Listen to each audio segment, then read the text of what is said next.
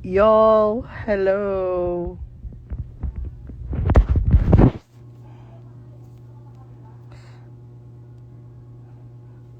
Hoy, manood naman kayo ng live ko. Papahiya. Minsan na nga lang ako mag-live, oh. Kausapin niyo ako.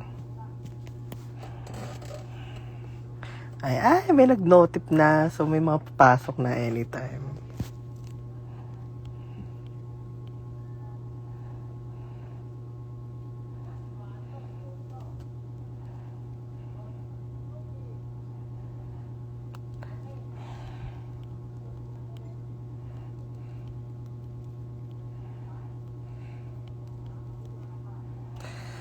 Hi guys! Ang tagal ko lang di nagla-live. Hello! YNSDLCS. Okay, haba. Hello, Liza Lili.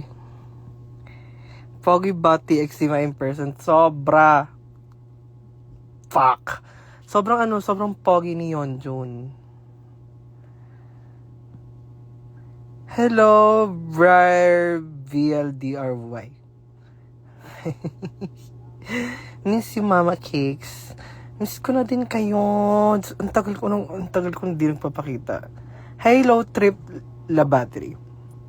Hi, Air Sevi. Ang hirap naman banggitin ang mga pangalan nyo. So yun, may nangamusta ako. Ayun. Tayo na galing. Ang newly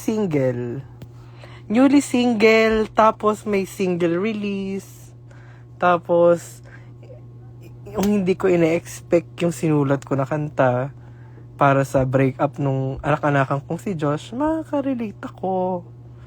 So, parang bang ginawa kong mali sa mundo? So, yun lang, wala namang bago besides the obvious fact na may bago kong song. Yun lang. And the rest is history. Gusto ko sana mag-live sa TikTok, kaso lang medyo psychopath yung mga tao sa TikTok eh. Mawan ka pa magpapakita, miss ka na namin. Well, may mga bookings naman ako. Pwede nyo ako makita doon. Mga public na bookings na free entrance. Hindi ako nakukuha sa mga ganun. Like, for example, mga SM. Kasi pangit yung reputation ko from Drag Race. So yun, I might have a OPM gig sa August 29 sa QC. I'm gonna keep you guys posted. Parang, kung di namang viewers, alam kong madilim ha, pero panoorin, kausapin nyo lang ako. Kasi imbes na uminom ako to suppress the feeling, or uminom ako sa labas to celebrate, I'm choosing to feel everything. Para mas madali ako maka-move on. Kasi yung last breakup ko, inom ako ng inom. Na-suppress yung emotion, umabot ng June. For example, yung last breakup ko, December 2024, naka-move on ako June 2026. So parang ngayon na meron akong bagong breakup, tsaka heartbreak ng July, hindi ako iinom, wala akong gagawing anything. I'm just gonna sit still, ganun. Yung talagang sabi ni Ariana, I keep myself in one place. Tapos, while you figure out yourself, ganun ba? Anong song yun? Basta Ariana Grande yun. So parang, I'm just keeping myself still. I'm letting every emotion kines all the way up hanggang sa mawala. Para by October, okay na ako. Congrats sa bagong song. Thank you. Hello, Chian Lover. Tagal hindi nagpakita tapos wala pang ilaw sa live. Girl, I look like a mess.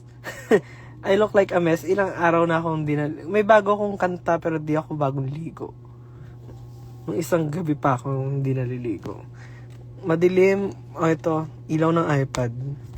Ay, hindi na madilim. Anyway, so yun. Wala ako masyadong sending virtual hugs. Thank you. I love it so much. Thank you, Chien. So, yun. So, I'm kind of stressed and I lost a lot of weight simula last week. So, medyo bumagsak yung katawan ko. So, I look like sobrang bony ng mukha ko. So, hindi mo na ako masyado mag-update until I fix myself. Diba? So, parang, imbes na nagpo-promote ako ng song ng maayos ngayon. Diba?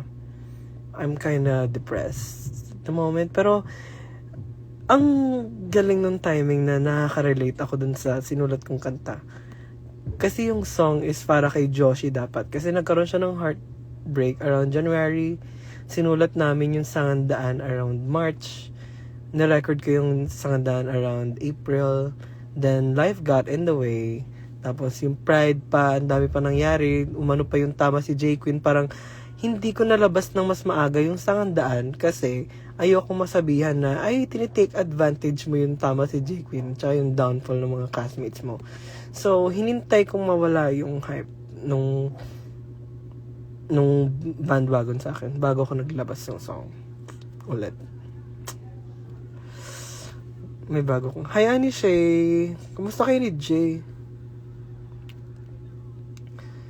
Sa'yo, parang siguro parang ina-expect ko na masaya sana ako sa song release. Pero sumakto kasing fresh from the breakup ako. Parang hindi ko maramdaman yung song. Nararamdaman ko yung song pero yung pag-release wala akong gana mag-promote. Any na nga lang yung pinopost ko. Like I'm just posting anything at this point. You should have rode the wave while eyes were on you. Hi Baste, so that is the point. I did not want to ride the wave. Kasi, babalik yun sa akin. Alam nyo naman, hindi ako gusto ng tao. The moment na sinakyan ko yung hype na yun, nagkaroon nga ako ng hate. Nung nag-post na ako ng picture namin ni Mix. Sumakto lang, hindi pa ako aware sa mga happenings nun. Sumakto lang yung post ko. Kasi, kakatapos na ng Pride March nun eh. Tapos, nasa Airbnb pa kami ng ex ko nun. So, parang, we're just spending time together. Nag-post lang ako, hindi ako updated sa news. So, gulat na ako, parang ang dami nagko-comment. Parang, okay. So, anyway, hindi ko siya gustong i-ride kasi alam kong iba-backfire sa akin ng tao. Sa akin din naman babalik yun kung sasakyan ko. So, I'd rather carve a path on my own rather than sakyan yung mga time na nasa sakin yung mata ng tao. Like, wala din naman sa moral conduct ko na sakyan yung mga ganun trends. Hi, Mom from Vegan. Hi, Erin.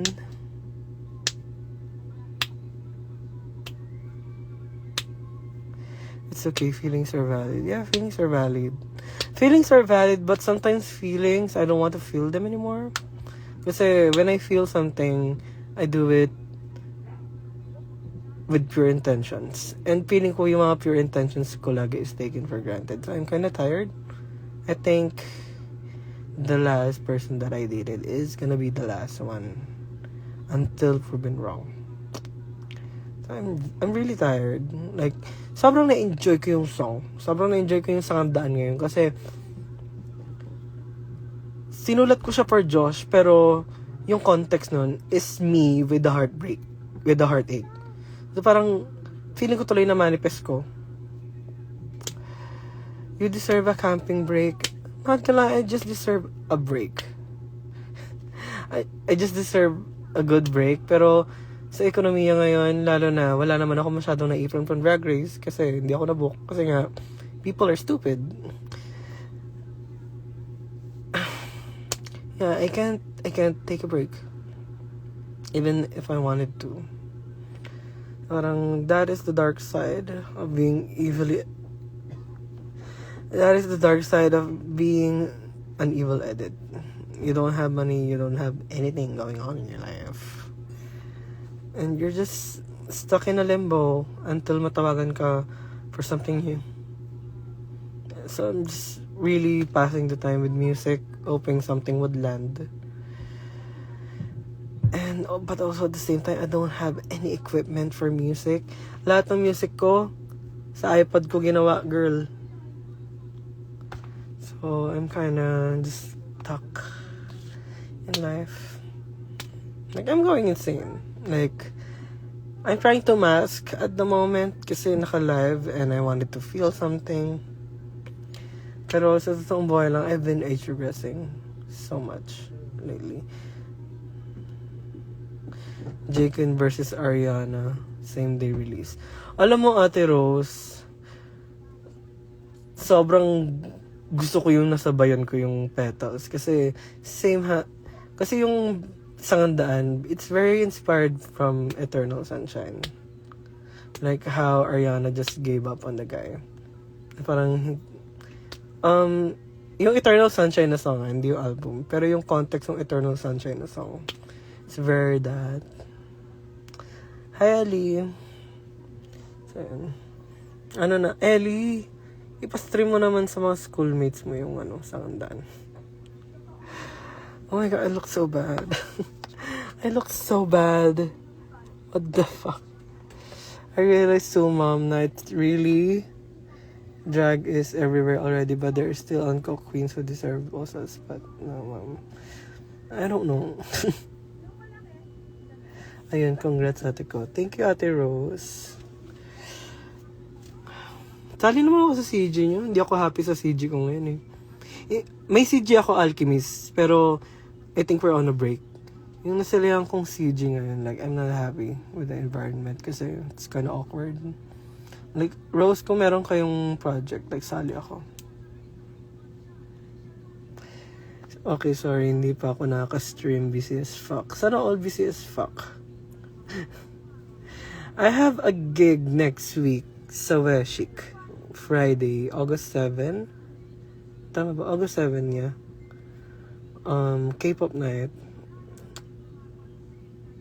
Uy, tara Rose, islet tayo. Like, ako magmamoka.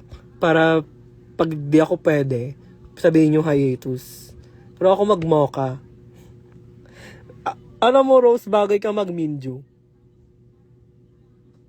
We'll stream your music tomorrow, Mom, since wala may pasok. Thank you, Erin. Thank you, Dichi. And just saan? So, Weshik, August 7, K-pop night. Party girl ka naman, di ba? Punta ka. Ayun, Rose, ikaw din, K-pop night. August 7, so Weshik. Tara.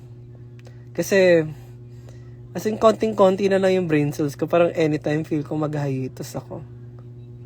Tapos magpapakonfine ako sa psych ward. Kasi, sa hiatus agad na sa isip ko. Kasi meron background yung family ko. Like yung ate ko at saka yung tita ko. Na-confine na sa psych ward before. So, feeling ko susunod na ako. So, tinatapos ko lang lahat ng responsibilities ko kasi hindi ko na kaya. Like, medyo hindi ko na kinakaya ang life at the moment.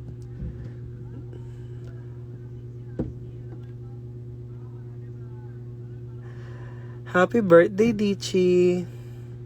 Birthday ng tatay ko, miss. Happy birthday sa tatay mo, Ellie. Pahingin na lang ng shot na emperador. Kami mag-comfort. Actually, I appreciate the comfort. I appreciate it. Lalo na, kino-comfort din ako ng best friends ko ngayon. Pero I think, a week sa psych ward would be so nice. It would be so nice to be at a psych ward. Like, kahit hindi kahit mga 1 month, ganun. Kasi wala pa ako masyadong booking sa September. Like, sa totoo lang, I'm just keeping myself together. Like, wala namang biro yung may mental illness ako. It runs in my family. Like, I am ADHD. Like, parang umabot na ako sa rurok ng pag-masking ko. Kasi, I've been masking since filming a Drag Race. After nun, nag-demask ako. Then, nag-masking ulit ako nung premiere. Then, the hate train happened. Then, I get to relax in 2025. Then, I fell in love. Then, I masked again. Kasi, I didn't want to look crazy. Tapos, buong 2026, I was just masking. So, parang, sagad na ako. So, parang, a day at the psych ward would be nice. So, parang, Drag Race really needs to amp up the psych evaluation. Kasi, this is not right. Nag-cast kayo ng totoong baliw. Pero, anyway, streams ang daan. Kasi ako ay matutulog na. It's past my bedtime. Yung usual sleep ko is 8 p.m. lately. Kasi nabalik yung dati kong sleeping schedule. Kasi iniiwasan ko yung gising ng ex ko. Parang tulog ako pag working siya ganun. Para hindi ko i-message, para hindi ako mag-relapse. Hi, Yumi! Sexy naman ni Yumi, wow. Pero yun, anyway, that's it. Stream sa handaan.